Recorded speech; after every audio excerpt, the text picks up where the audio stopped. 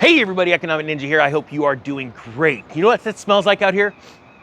Well, exhaust and bird crap, but it actually smells like money. And I'm telling you why, because right now the news stories about real estate are coming out harder and harder, trying to spin all of the crash that's happening all around you that you're seeing, that you're reading about. They're trying to spin it. Why? Because banks, brokers, agents are losing money. They are missing out on sales. They are in a totally different environment. And this is that psychological shift that's happening right now, right before the massive plummeting, because inventory is going to increase in real estate. But check out this story out of CNN. This is an interesting little take, but do not believe everything you're told, and we'll explain that in a second. Buying a home is now more affordable than renting in these 5 cities. And this is going to be very alluring to so many people that have been waiting on the sidelines, and we'll talk about that in a second.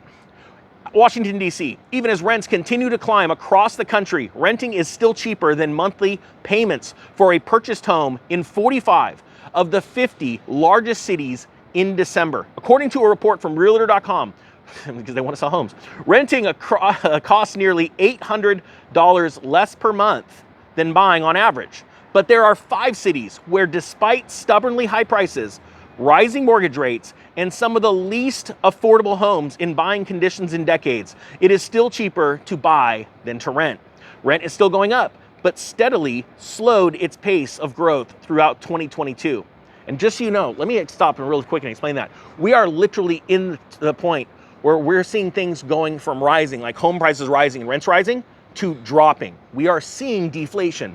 And what happens is deflation doesn't, Father Time just doesn't wake up and go, hey, inflation? Nah, today's deflation. It hits a switch and the entire country just starts crashing all at once. No, what happens is in select locales where things have been super hot, the consumer finally goes, I'm out, I'm tapped, I don't have the money. And so what you start to see is the hottest market start to decline, right? Rents start dropping, house prices start dropping, things like that. Until it's all over the news, the stock market's tanking like what we saw in mid-2008. And then all of a sudden, this is it, everything's crashing. So now that's when Father Time goes, okay, now I'm really gonna hit the deflation switch. And it's gonna crash all over the place. But you are literally in that time point right now. So I don't want you to get suckered in if you've been sitting on the sidelines because you're like, oh my gosh, it's never gonna stop, all right? There's gonna be a lot of deals coming out here. All right, it says the 5 cities where despite stubbornly high prices, rising mortgage rates, and some of the least affordable home buying conditions in decades, it is still cheaper to buy than rent. Check this out.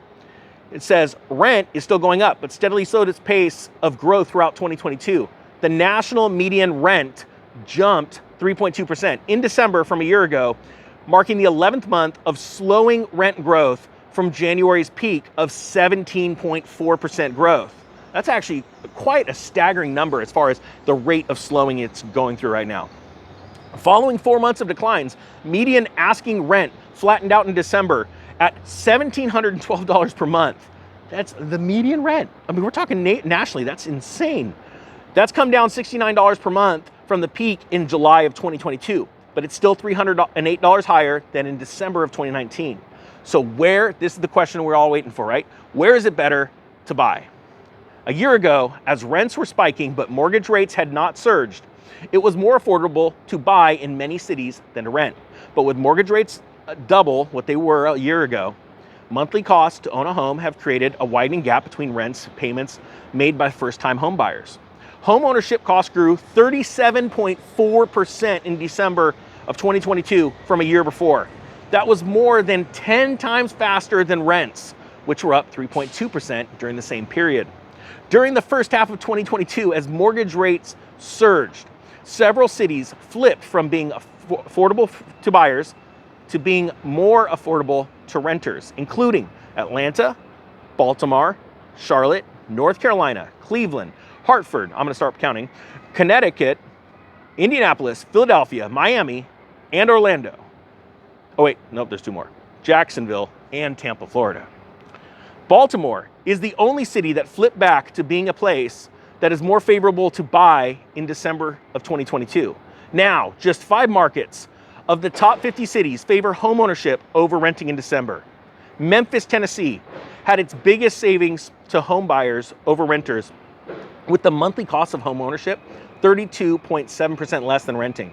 It was followed by Pittsburgh, Birmingham, Alabama, St. Louis, and Baltimore. Monthly buying costs assume a 7% down payment with a mortgage rate of 6.36% and include taxes, insurance, and homeowners association fees. Now let me stop the story right here and explain something. In the cities now that we just listed, that they're saying it is cheaper to buy a home than rent. How do you feel about the job market right now with artificial intelligence exploding, with the tech sector and the mortgage and banking sector massively laying off people around the country? How do you feel about those areas? That's the thing you've got to ask yourself. In highly populated areas, these areas are really prone to wide fluctuations in real estate listings and in price swings. Why? Because if jobs start leaving those cities, that's how they built in the first place, people start to leave the cities. And we can watch cities literally expand in the amount of people that are diving in and moving in the building, and then literally retract, okay?